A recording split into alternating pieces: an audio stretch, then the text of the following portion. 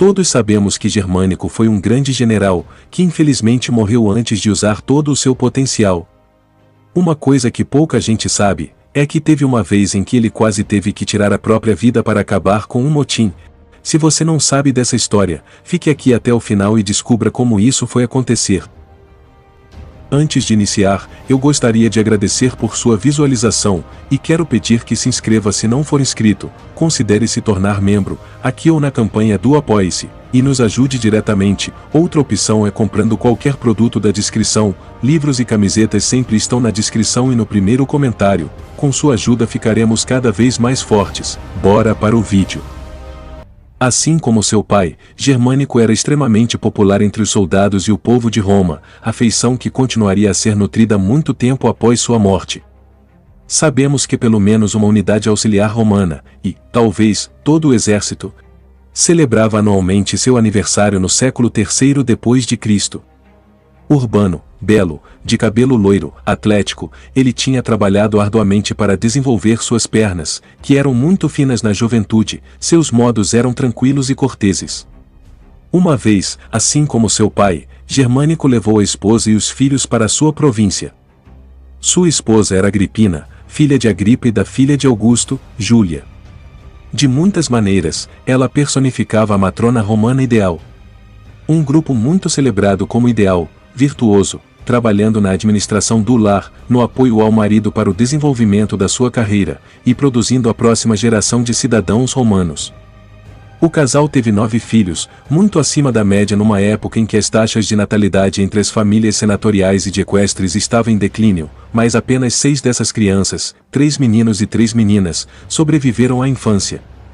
O seu filho mais novo, Caio, nasceu em 12 depois de Cristo, e, quando criança, era sempre vestido pelos pais com um uniforme de legionário em miniatura.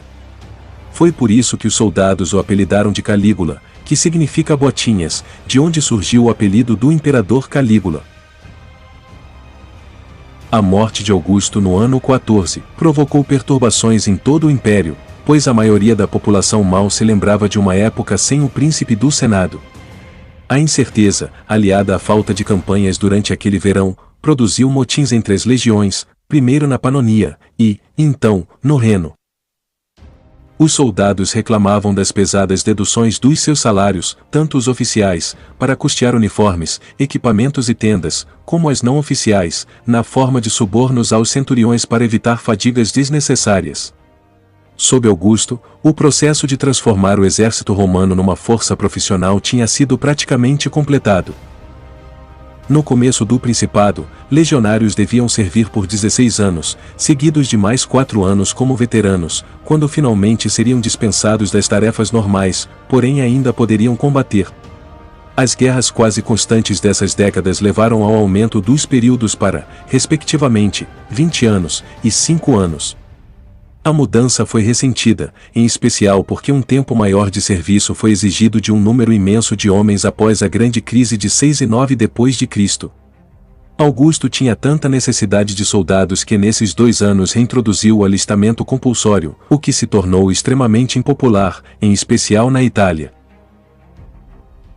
A força das legiões naquele momento era composta em sua maioria por homens relutantes em servir, tanto que o Estado comprou grande número de escravos e os libertou para torná-los soldados, repetindo um fato que ocorreu nos dias de desespero da Segunda Guerra Púnica.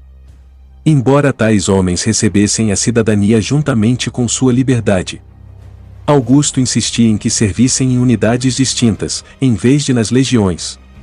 A pior revolta começou no exército da Germânia Inferior.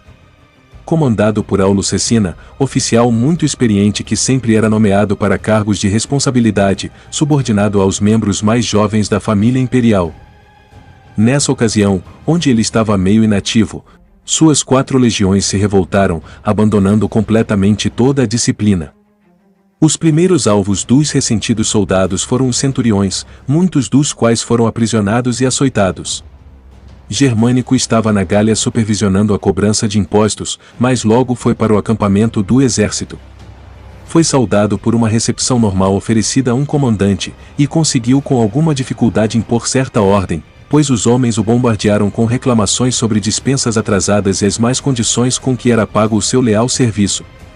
Algumas das tropas chegaram até a gritar que desejavam fazê-lo imperador em lugar de Tibério.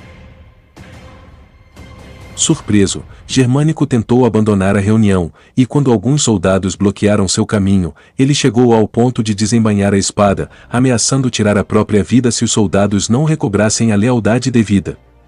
Foi o tipo de gesto teatral comumente usado, mas naquele momento o impacto não saiu como esperado, pois, enquanto alguns homens seguraram seu braço para detê-lo, pelo menos um soldado teria oferecido sua espada ao general, afirmando que era mais afiada. Por algum tempo, as concessões evitaram que houvesse mais violência, porém alguns senadores enviados por Tibério para investigar os legionários foram maltratados e um ex-cônsul escapou por pouco da morte. Germânico resolveu enviar Agripina e Calígula, então com 2 anos de idade, para um local seguro numa das cidades gaulesas mais próximas. Os legionários romanos eram homens duros, capazes, por vezes, de extrema crueldade, mas também profundamente sentimentais. A visão de um grupo choroso de refugiados fugindo do acampamento causou uma mudança radical de ânimos. Aproveitando disso, Germânico dirigiu-se a eles novamente, e dessa vez conseguiu exigir que os líderes do motim fossem trazidos até ele, sendo condenados e executados rapidamente.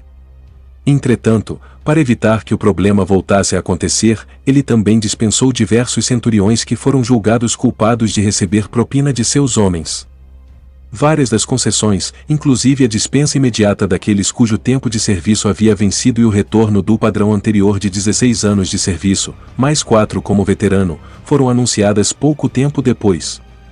A redução do tempo de serviço não durou muito tempo e logo retornou ao total de 25 anos, mas em outros aspectos as maiores demandas dos amotinados parecem ter sido atendidas.